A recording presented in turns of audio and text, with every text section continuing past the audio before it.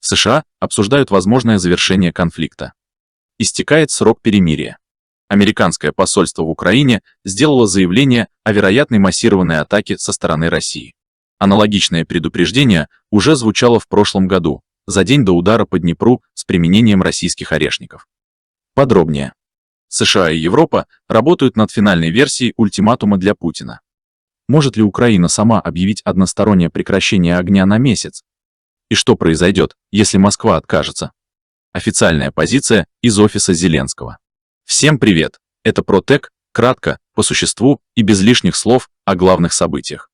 Если у вас есть мнение, оставляйте комментарии и участвуйте в обсуждении. Начинаем. Переходим к одной из самых напряженных точек на мировой карте. Новое обострение между Индией и Пакистаном, что выгодно Китаю. Пекин наблюдает за боевыми действиями, в которых участвует оружие китайского производства, поставляемое Пакистану на протяжении многих лет. Сообщается, что в воздушной схватке Исламабад сбил 5 индийских истребителей, хотя Дели подтвердил потерю только 3.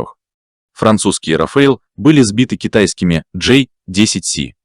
Западные СМИ отмечают, внимание приковано не только к боевым действиям, но и к результатам применения китайского вооружения. Впервые за много лет китайские технологии оказались в центре реального конфликта, и это может стать проверкой их боеспособности. После сообщений об успехе J-10C акции китайских авиапроизводителей подскочили на 40% за неделю. Эксперты расценивают это как сигнал. Пекин выходит на новую ступень. Китай, который десятилетиями инвестировал в модернизацию армии, наконец получил возможность испытать свои системы в условиях настоящей войны. В первую очередь речь идет об авиации, ПВО и ракетах, поставленных Пакистану в рамках двустороннего альянса, сообщает CNN. Попытки Запада изолировать Путина не дали результатов. Об этом говорится в публикации Washington Post, посвященной военному параду в Москве. В статье отмечается, что Путин связал победу в 1945 году с ожидаемой победой в Украине. На фоне ослабевающего союза между США и Европой и все более сложного положения ВСУ, переговоры все чаще идут по условиям Кремля.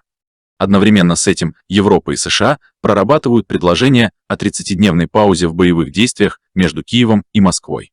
Об этом пишет агентство Reuters. Документ почти готов. Сейчас решается, стоит ли Украине самостоятельно объявить перемирие, поставив Россию перед свершившимся фактом, или лучше предоставить время для раздумий. В случае отказа со стороны Москвы Запад пригрозил новыми санкциями, но конкретика пока не разглашается. Добавлю, что новый канцлер Германии неожиданно выразил надежду на скорое достижение договоренности. Фридрих Мерц заявил, решение находится исключительно в руках Кремля. Именно там будет определяться, возможен ли переход к более устойчивому перемирию, начиная уже с ближайших выходных. В Киеве также прозвучало заявление с прямым намеком. В случае провала переговоров Москва может столкнуться с серьезным экономическим ударом. Руководитель офиса Зеленского, Андрей Ермак, подчеркнул, что в Конгрессе США уже подготовлен законопроект о жестких санкциях. По его словам, если Россия не согласится на предложенные условия, начнется новый этап давления. Украина, по словам Ермака, действует на опережение и намерена продвигать инициативу. А пока посольство США в Киеве, несмотря на разговоры о перемирии, выпустило тревожное обращение. Американская сторона предупредила о вероятности новой масштабной атаки со стороны России. Гражданам США, находящимся в стране, рекомендовано заранее выбрать убежище, не игнорировать сигналы тревоги и подготовить запас воды, пищи и лекарств.